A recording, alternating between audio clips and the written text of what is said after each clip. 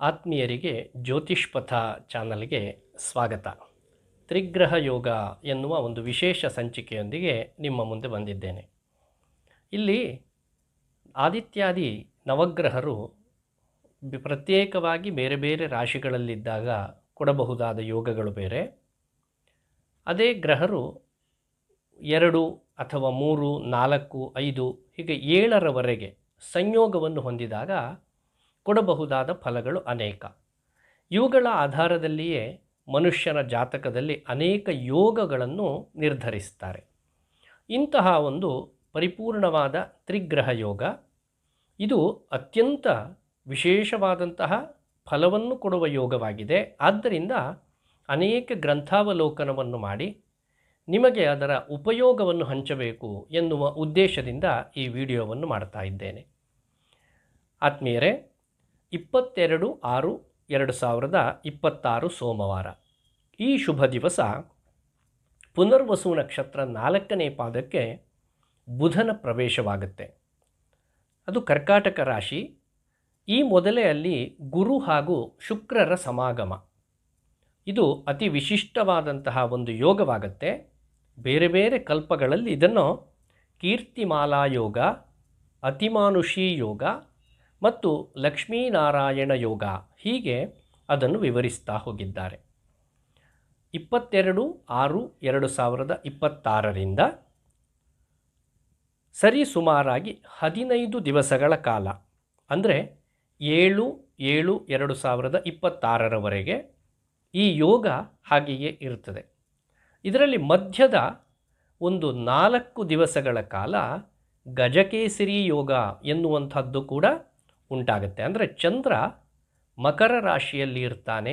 ಆ ಕಾಲದಲ್ಲಿ ಒಂದು ಗಜಕೇಸರಿ ಯೋಗವೂ ಕೂಡ ಇರುತ್ತೆ. ಯಾವ ರಾಶಿಯಲ್ಲಿ ತ್ರಿಗ್ರಹ ಯೋಗ ಉಂಟಾಗುತ್ತೋ ಅದೇ ರಾಶಿಯ ಅಧಿಪತಿ ಸಪ್ತಮ ಭಾವದಲ್ಲಿದ್ದು ಈ ಯೋಗವನ್ನು ಮತ್ತಷ್ಟು ಬಲಗೊಳಿಸ್ತಾನೆ. ಇದರ ಕಾರಣದಿಂದ ಅನೇಕ ಶುಭ ಫಲಗಳು ನಮಗೆ ಪ್ರಾಪ್ತಿಯಾಗತ್ತೆ. ಅದು ದ್ವಾದಶ ರಾಶಿಯವರ ಫಲಾಫಲಗಳ ವಿಭಾಗಕ್ಕೆ ಬರುವಂಥದ್ದು. ಆದರೆ ನನಗೆ ಇಲ್ಲಿ 12 ರಾಶಿಗಳ ಫಲವನ್ನು ನಿರೂಪಣೆ ಮಾಡುವಂತಹ ಯಾವ ಅಭಿಪ್ಸೆಯೂ ಇಲ್ಲ. ಬದಲಿಗೆ ಈ 15 ದಿವಸಗಳ ಕಾಲ ನಾವು ಈ ಯೋಗವನ್ನು ಹೇಗೆ ಬಳಸಿಕೊಳ್ಳಬಹುದು ಎನ್ನುವಂಥದ್ದು, ಇದನ್ನು ನಾನು ನಿಮ್ಮ ಮುಂದೆ ಇಡುವ ಪ್ರಯತ್ನವನ್ನು ಮಾಡ್ತಾ ಇದ್ದೇನೆ. ಆತ್ಮೀಯರೇ, 22/6/2026 ಸೋಮವಾರ ಸಂಜೆ 5:48ರಿಂದ 7 ಗಂಟೆಯವರೆಗೆ, ಸಂಜೆ 7 ಗಂಟೆಯವರೆಗೆ ಈ ಕೀರ್ತಿಮಾಲಾ ಯೋಗ ಅಥವಾ ಅತಿಮಾನುಷಿ ಯೋಗ ಅಥವಾ ಲಕ್ಷ್ಮೀನಾರಾಯಣ ಯೋಗ, ಈ ಯೋಗಾನುಸಂಧಾನವನ್ನು ನಾವು ಮಾಡುವುದು ಹೇಗೆ ಎನ್ನುವಂಥದ್ದು ನಾವು ಸ್ಪಷ್ಟವಾಗಿ ತಿಳ್ಕೊಳ್ಬೇಕು. ಈ 15 ದಿವಸಗಳ ಕಾಲವೂ ಕೂಡ ಇದೇ ಸಮಯಕ್ಕೆ ನಾವೊಂದು ಸರಳವಾದ ಅನುಷ್ಠಾನ ಕ್ರಮವನ್ನು ಇಟ್ಟುಕೊಂಡ್ರೆ ಆವಾಗ ನಮಗೆ ಈ ಯೋಗದಿಂದ ಬರಬಹುದಾದ ಫಲ ಖಂಡಿತವಾಗಿಯೂ ಪ್ರಾಪ್ತಿಯಾಗತ್ತೆ. ದ್ವಾದಶ ರಾಶಿಯವರಿಗೂ ಕೂಡ ಓಂ ನಮೋ ಭಗವತೆ ವಾಸುದೇವಾಯ ಎನ್ನುವ ವಿಷ್ಣುವಿನ ದ್ವಾದಶಾಕ್ಷರಿ ಮಂತ್ರ ಜಪಾನುಷ್ಠಾನ. ಗಮನಿಸಿ, ಪಶ್ಚಿಮಾಭಿಮುಖವಾಗಿ ಕುಳಿತುಕೊಳ್ಳಬೇಕು. ಹೆಗಲ ಮೇಲೆ ಹಳದಿ ವಸ್ತ್ರ ಇದ್ದರೆ ಉತ್ತಮ, ಬಿಳಿ ವಸ್ತ್ರವಾದರೂ ಕೂಡ ತೊಂದರೆ ಇಲ್ಲ.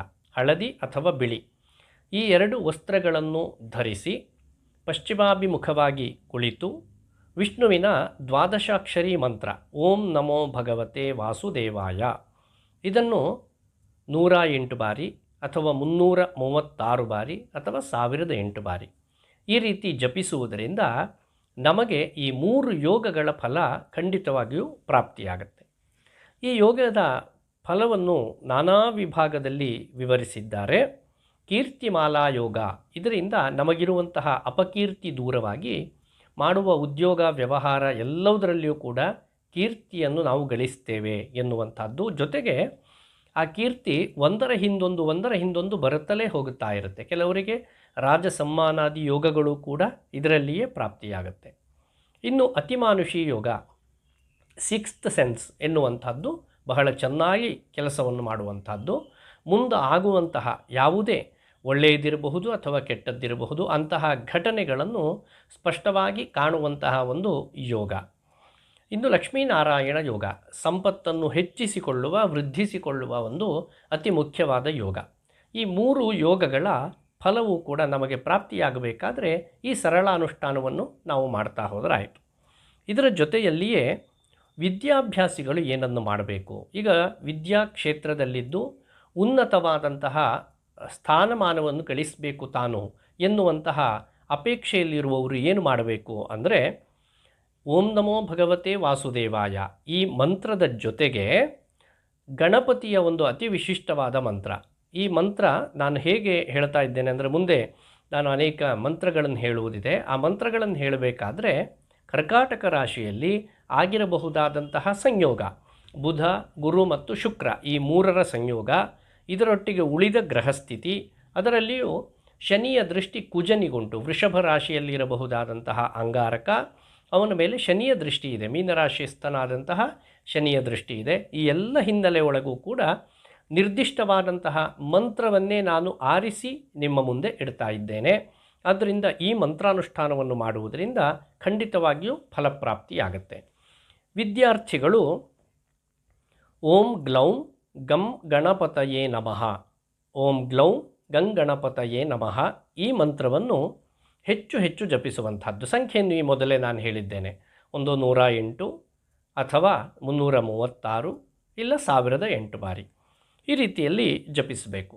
ಇನ್ನು ವ್ಯವಹಾರ ಸಿದ್ಧಿ, ಈಗ ಶೇರ್ ಮಾರ್ಕೆಟ್ ಇರಬಹುದು, ಬ್ಯಾಂಕಿನ ಯಾವುದೇ ವ್ಯವಹಾರಗಳಿರಬಹುದು, ಭೂ ಸಂಬಂಧವಾದಂತಹ ವ್ಯವಹಾರಗಳಿರಬಹುದು, ಹಣವನ್ನು ಕೊಡುವ ಕೊಳ್ಳುವ, ಸಂಪತ್ತನ್ನು ಗಳಿಸುವ ಯಾವುದೇ ವ್ಯವಹಾರ, ಈ ವ್ಯವಹಾರ ಸಿದ್ಧಿಗೆ ಬೇಕಾಗಿ ವ್ಯವಹಾರ ಮಾಡುವಂಥವರು ಲಕ್ಷ್ಮೀನಾರಾಯಣ ಮೂಲ ಮಂತ್ರವನ್ನು ಓಂ ನಮೋ ಭಗವತೆ ವಾಸುದೇವಾಯ ಈ ದ್ವಾದಶಾಕ್ಷರಿ ಮಂತ್ರದ ಜೊತೆಗೆ ಓಂ ಐಂ ಹ್ರೀಂ ಶ್ರೀಂ ಶ್ರೀ ಲಕ್ಷ್ಮೀನಾರಾಯಣಾಯ ನಮಃ, ಓಂ ಐಂ ಹ್ರೀಂ ಶ್ರೀಂ ಶ್ರೀ ಲಕ್ಷ್ಮೀನಾರಾಯಣಾಯ ನಮಃ ಎನ್ನುವಂತಹ ಲಕ್ಷ್ಮೀನಾರಾಯಣ ಮಂತ್ರಾನುಷ್ಠಾನವನ್ನು ಕೂಡ ಹೆಚ್ಚು ಹೆಚ್ಚು ಸಂಖ್ಯೆಯಲ್ಲಿ ಮಾಡುವುದು ಒಳಿತು.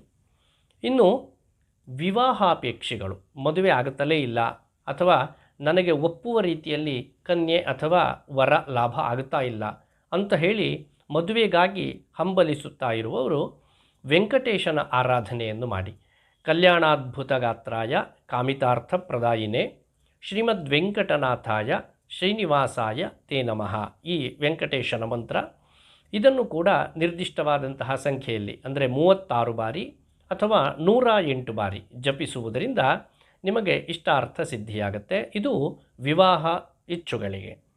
ಇನ್ನು ಸಂತಾನಕ್ಕಾಗಿ ಹಂಬಲಿಸುತ್ತಾ ಇರುವವರು, ಎಷ್ಟು ಪ್ರಯತ್ನ ಮಾಡಿದರೂ ಕೂಡ ನಮಗೆ ಸಂತಾನ ಆಗುತ್ತಾ ಇಲ್ಲ ಅಥವಾ ವಿಳಂಬ ಆಗುತ್ತಾ ಇದೆ ಅಥವಾ ಗರ್ಭ ನಿಲ್ತಾ ಇಲ್ಲ ಎನ್ನುವಂತಹ ಸಂಕಷ್ಟದಲ್ಲಿ ಇರುವವರು ಮಾಡಬೇಕಾದ ಒಂದು ಅನುಷ್ಠಾನ ಶ್ರೀ ನಾಗ ಹಾಗೂ ಸುಬ್ರಹ್ಮಣ್ಯನ ಆರಾಧನೆ. ಇಲ್ಲಿ ಸಾಧ್ಯವಾದರೆ ನಾನಿಲ್ಲಿ ಉಳಿದವರಿಗೆಲ್ಲ ಮಂತ್ರಾನುಷ್ಠಾನವನ್ನೇ ಹೇಳುತ್ತೇನೆ, ಆದರೆ ಸಂತಾನಾಪೇಕ್ಷಿಗಳು ಮಾಡಬಹುದಾದ್ದು ಓಂ ನಮೋ ಭಗವತೆ ವಾಸುದೇವಾಯ ಈ ದ್ವಾದಶಾಕ್ಷರಿ ಮಂತ್ರದ ಜೊತೆಗೆ ನಾಗದೇವರಿಗೆ ಯಾವುದಾದ್ರೂ ಒಂದು ಪೂಜೆ, ಇಲ್ಲಿ ಮಂತ್ರಾನುಷ್ಠಾನಕ್ಕಿಂತ ಹೆಚ್ಚಿಗೆ ಯಾವುದಾದ್ರೂ ಒಂದು ಸೇವೆಯನ್ನು ಆ ಸಮಯಕ್ಕೆ ಕೊಡಿ ಎನ್ನುವುದಾಗಿ ಹೇಳ್ತಾ ಇದ್ದೇನೆ. ಹಾಗೆ ಸುಬ್ರಹ್ಮಣ್ಯನಿಗೂ ಕೂಡ ಆ ಸಮಯಕ್ಕೆ ಯಾವುದಾದ್ರೂ ಒಂದು ಅರ್ಚನೆ ಆದರೆ ಅರ್ಚನೆ, ಅಭಿಷೇಕವಾದರೆ ಅಭಿಷೇಕ, ಯಾವುದೇ ಒಂದು ಸೇವೆಯನ್ನು ಆ ಸಮಯಕ್ಕೆ ನೀವು ಕೊಟ್ಟರೆ ಇದರಿಂದ ಹೆಚ್ಚು ಪರಿಣಾಮ ಮತ್ತು ಅತ್ಯಂತ ಶೀಘ್ರದಲ್ಲಿಯೇ ಫಲಪ್ರಾಪ್ತಿಯಾಗುತ್ತೆ ಅಂತ ಹೇಳೋದರಲ್ಲಿ ಯಾವುದೇ ಅನುಮಾನ ಇಲ್ಲ. ಈ ರೀತಿಯಾಗಿ ಬೇರೆ ಬೇರೆ ವಿಭಾಗದವರಿಗೆ ದ್ವಾದಶಾಕ್ಷರಿ ಮಂತ್ರದ ಜೊತೆಗೆ ಉಳಿದ ದೇವತೆಗಳ ಮಂತ್ರಾನುಷ್ಠಾನವೂ ಕೂಡ ಅತ್ಯಂತ ಪರಿಣಾಮಕಾರಿಯಾಗುತ್ತೆ. ಇದು ಮಂತ್ರಶಾಸ್ತ್ರ ಹಾಗೂ ಜ್ಯೋತಿಷ್ಶಾಸ್ತ್ರ ಇವುಗಳನ್ನು ನಿರ್ದಿಷ್ಟವಾದಂತಹ ಕ್ರಮದಲ್ಲಿ ಗಮನಿಸಿ ನಾನು ನಿಮ್ಮ ಮುಂದೆ ಹೇಳ್ತಾ ಇರುವಂಥದ್ದು. 22/6/2026ರಿಂದ 7/7/2026 ಇಲ್ಲಿಯವರೆಗೆ ಪ್ರತಿನಿತ್ಯ ಸಂಜೆ 5:48ರಿಂದ 7 ಗಂಟೆಯ ಒಳಗೆ ಈ ಅನುಷ್ಠಾನಾದಿಗಳನ್ನು ಮಾಡಿ ಎಲ್ಲರೂ ಕೂಡ ಶ್ರೇಯೋವಂತರಾಗಿ ಎನ್ನುವುದಾಗಿ ಹಾರೈಸ್ತಾ ಇದ್ದೇನೆ. ತ್ರಿಗ್ರಹ ಯೋಗ ನಮಗಿರುವಂತಹ ಎಲ್ಲ ದುಃಖ ದುರಿತಗಳನ್ನು ದೂರೀಕರಿಸಿ ಇಷ್ಟಾರ್ಥ ಸಿದ್ಧಿಯನ್ನು ಅನುಗ್ರಹ ಮಾಡಲಿ ಎನ್ನುವುದಾಗಿ ಹಾರೈಸ್ತೇನೆ. ಧನ್ಯವಾದಗಳು. ಶುಭವಾಗಲಿ.